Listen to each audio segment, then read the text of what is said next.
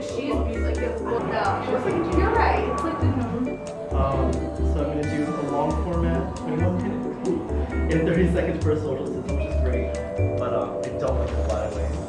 Hi, I'm Jonathan. I'm the head of creative at Covet Mane. I'm Jonathan, and I'm the creative director at Covet Mane. I'm Jonathan, and I'm the creative director at Covet Mane. Can I do one more? Hi, I'm Jonathan, and I'm the head of creative at Covet Mane. My latest obsession is currently SOS by SZA. Listening to that non-stop. Shirt, can't get that out of my head. I love her creative process. She released that song months ago and finally completed it, and I just respect that album creation so much, and I'm so inspired by that. Another obsession I have is my dog. It's a great way to take away from the stresses of work and put in a lot of my time and investment into something that I can watch grow. Slow living. I think it's all about quality over quantity, so that means instead of fast food, slow food, more nutritious, more dense, more healthy food options. And the same thing with your time. Slow living, getting off your phone, taking time for yourself, meditate, relax. I think a lot of us are just in the go, go, go. And I'm really obsessed with this slow living concept of taking time for yourself and really re-energizing. So I get complimented a lot on my skin. Not gonna lie. A lot of products I started off using, but I finally nailed what my obsession is. It's moisturizing and having a good occlusive, like Vaseline. It's just my everything. I use it on my face, my body, my hair sometimes.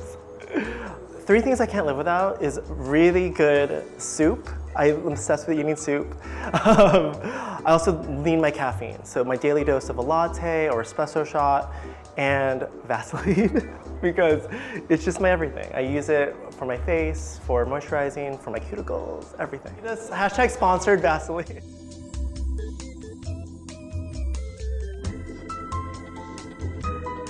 I'm a creative director. I've been a creative director for the past 15 years. I actually started off with a degree in statistics from UC Berkeley.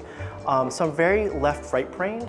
I had to really prove myself to the industry just because I never studied graphic design or arts, and I felt like I had imposter syndrome half of my career. But I'm finally at a place where I know what I'm doing.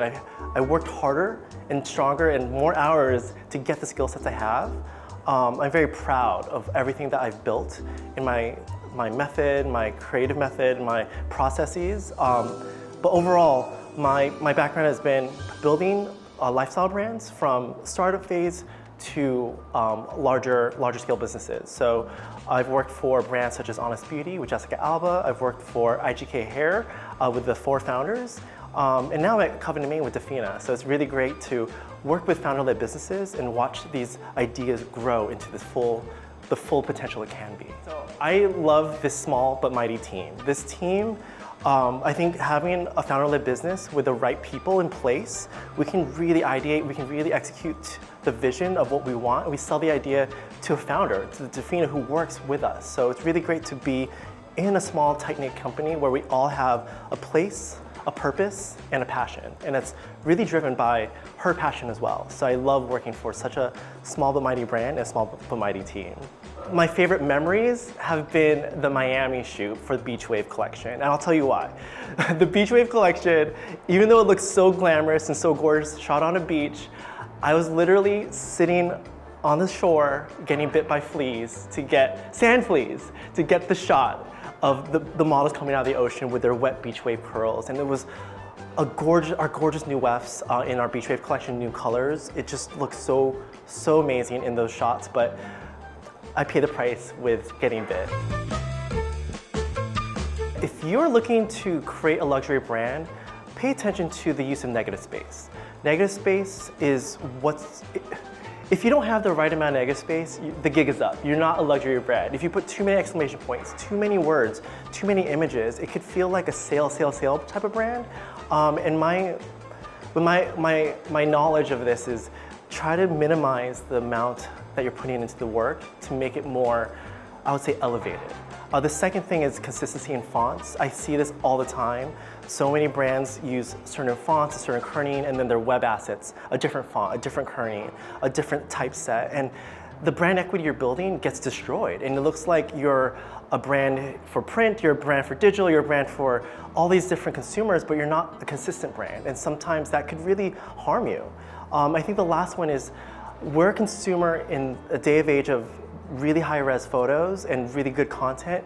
If you don't have the really like strong 4K resolution photos or 4K video, you're gonna miss out on this opportunity of new technology, new places to put your content in. Brand equity is basically what your brand stands for in literally a logo, a typeface, and an image.